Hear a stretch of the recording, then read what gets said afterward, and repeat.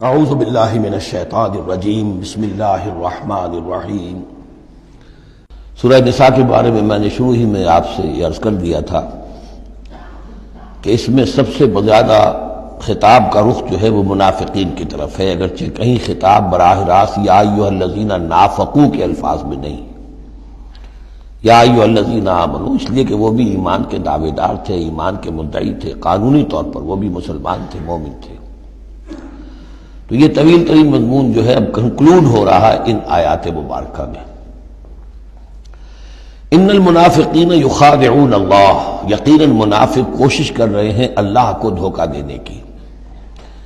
یہ سورہ بقرہ کے دوسرے رکوع میں بھی آیت آئی تھی، میں نے عرض کیا تھا کہ مخادعہ باب مفاعلہ میں کسی شے کی کوشش ہوتی ہے، اس لیے کہ سامنے مقابلہ ہوتا ہے اور پتہ نہیں ہوتا کون جیتے گا کون ہارے گا، لیکن یہاں اللہ کی طرف سے وَهُوَ خَادِعُهُمْ، اور یہ خادع جو ہے یہ ثلاثی مجرد سے اس میں فاعل ہے، اور یہ آتا ہے نہایت زوردار تاکید کے لیے، اللہ ان کو دھوکہ دے کر رہے گا، یعنی یہ کہ اللہ نے ان کو جو ڈھیل دی ہوئی ہے وہ سمجھ رہے کہ ہم کامیاب ہو رہے ہیں، ہمارے اوپر ابھی تک کوئی آنچ نہیں آئی، کوئی پکڑ نہیں ہوئی، کوئی گرفت نہیں ہوئی، ہم دونوں طرف سے بچے ہوئے ہیں۔ اس حوالے سے وہ اپنی اس ڈھیل کی وجہ سے بڑھتے چلے جا رہے ہیں، بڑھتے چلے جا رہے ہیں، بڑھتے چلے جا رہے ہیں، اور یہی در حقیقت اللہ کی طرف سے گویا کہ ان کو دھوکہ ہے جو دیا جا رہا ہے کہ وہ سمجھ رہے ہیں کہ ہم کامیاب ہیں۔ وَإِذَا قَامُوا إِلَى الصَّلَاةِ قَامُوا كُسَالَىٰ، اور جب وہ کھڑے ہوتے ہیں نماز کے لیے، یہ نماز کی طرف، تو کھڑے ہوتے ہیں بڑے کسل مندی کے ساتھ۔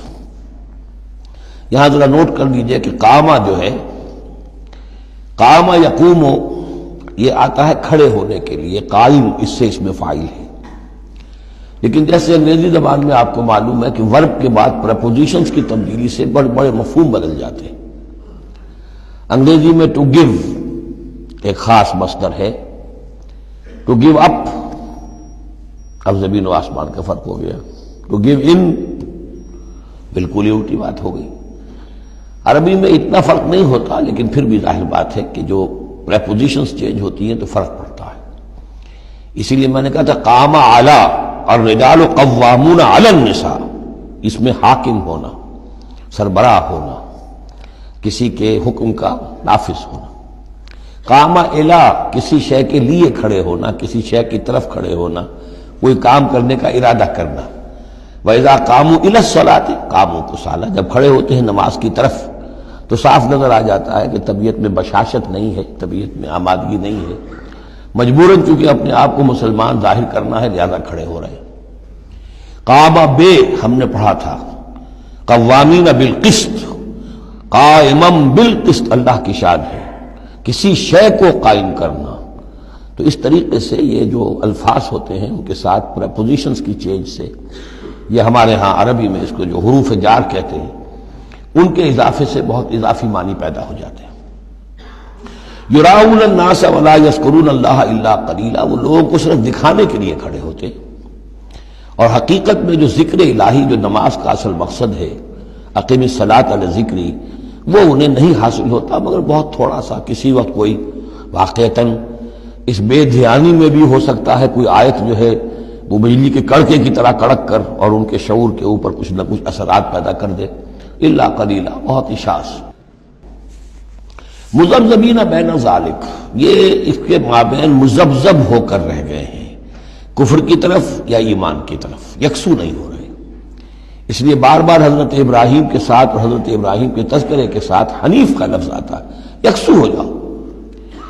دنیا میں کفر پر بھی انسان یکسو ہو تو کم سے کم دنیا بن جائے گی اس کی، لیکن یہ کہ اصل میں اگر دنیا اور آخرت دونوں بنانے ہیں تو پھر ایمان کے ساتھ یکسو ہونا ضروری ہے، لیکن جو بیچ میں رہیں گے ادھر کے نہ ادھر کے، تو ان کے لیے تو خسرت دنیا والآخرہ، ان کے لیے دنیا اور آخرت دونوں کا گھاٹا اور نقصان ہے۔ لا الہ الا ولا الہ الا، نہ تو یہ ان کی جانب ہے نہ ان کی جانب ہے، نہ ان کے ساتھ یکسو ہیں نہ ان کے ساتھ یکسو ہیں، نہ اہل ایمان کے ساتھ مخلص ہیں نہ اہل کفر کے ساتھ مخلص ہیں۔ وَمَن يُضْلِلِ اللَّهُ فَلَن تَجِدَ سَبِيلًا، اور جسے اللہ ہی نے گمراہ کر دیا ہو، یعنی جس کی گمراہی پر اللہ کی طرف سے مہر تصدیق ثبت ہو چکی ہے، پھر اب اس کے لیے فَلَن تَجِدَ لَهُ سَبِيلًا، اس کے لیے اب کوئی راستہ نہ پاؤ گے۔ یا ایھا الذین آمنوا لا تتخذوا الکافرین اولیاء من دون المؤمنین، یہ مضمون پہلے بھی آ چکا ہے. یہ بھی ایک نفاق کی علامت ہے کہ اہل ایمان کو چھوڑ کر کافروں کے ساتھ دوستیوں کی پینیاں بڑھائی جائیں. اہل ایمان مت بناؤ کافروں کو اپنے حمایتی اور مددگار اور دوست اور بھیدی مسلمانوں کو چھوڑ کر. اتریدون ان تجعلوا للہ علیکم سلطانا مبینا، کیا تم چاہتے ہو کہ تم اپنے خلاف اللہ کے ہاتھ میں ایک دلیل دے دو، حجت دے دو؟ یعنی اللہ تعالیٰ جب محاسبہ کرے گا آخرت میں تو اس دلیل کا کیا جواب دو گے کہ تمہاری دوستیاں کافروں کے ساتھ تھی؟ تو یہ تو حجت قاطع بن جائے گی تمہارے خلاف. علیکم سلطان مبینہ، یہ حجت قاطعہ ہوگی تمہارے خلاف. اب یہ آ رہی آیت ایک اعتبار سے یہ منافقین کے حق میں قرآن حکیم کی سخت ترین آیت ہے، اگرچہ جو سخت ترین آیت بعض اعتبارات سے بلکہ ایک خاص لطیف پہلو سے سخت تر جو آیت ہے وہ سورہ توبہ میں آئے گی. یہ دو صورتیں ہیں اصل میں طویل صورتوں میں سے، سورہ توبہ اور سورہ نساء، جس میں کہ نفاق کا مضمون سب سے زیادہ تفصیل کے ساتھ آیا. ان المنافقین فی الدرک الاسفل من النار، یقیناً منافق آگ کے سب سے نچلے طبقے میں ہوں گے. ولن تجد لهم نصیرا، اور تم نہ پاؤ گے ان کے لیے کوئی مددگار. الا الذین تابوا، اصل میں منافقت کا آخری پردہ جو چاک ہوگا وہ ہوگا سورہ توبہ میں، گویا کہ سن 9 ہجری میں جا کر. ابھی یہ ہم سن 4 ہجری کے آس پاس ہیں، اس حوالے سے ذرا ابھی فصل ہے، تو ابھی ان کے لیے ایک رعایت رکھی ہے کہ توبہ کا دروازہ تمہارے لیے ابھی کھلا ہے. الا الذین تابوا واصلحوا، اب بھی اگر سوائے ان کے جو توبہ کریں اور اصلاح کر لیں، واعتصموا باللہ، اور اللہ سے چمٹ جائیں، یکسو ہو جائیں، ایک ہی طرف کے ہو جائیں. کونوا ربانیین، اللہ والے بن جائیں، شیطان سے پینگے نہ بڑھائیں، شیطان کے ایجنٹوں سے اپنی دوستیاں نہ کریں، یکسو ہو جائیں اور اپنے آپ کو اس کے ساتھ وابستہ کر دیں ہر چہ باد آباد. اب یہ کشتی جو ہے ایمان کی اور اسلام کی، اگر یہ تیرتی ہے تو ہم تیریں گے، اگر خدا نہ خواستہ اس کے لیے کوئی حادثہ ہے تو ہم بھی اس حادثے میں شامل ہو گئے.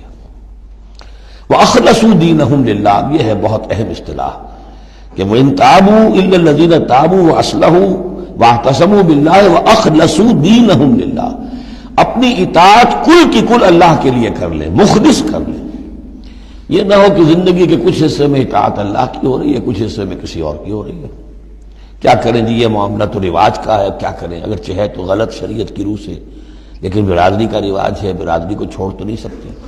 معلوم ہو آپ نے اپنی اطاعت کے حصے جو ہیں علیحدہ کر لیے، یہ حصہ جو ہے برادری کی اطاعت میں جائے گا، یہ حصہ اللہ کی اطاعت میں جائے گا. اطاعت جب تک کل کی کل اللہ کی نہ ہو، جیسے سورہ بقرہ میں ہم نے پڑھا تھا قاتلوہم حتی لا تکون فتنۃ ویکون الدین للہ، دین ہو جائے پورا اللہ کے لیے.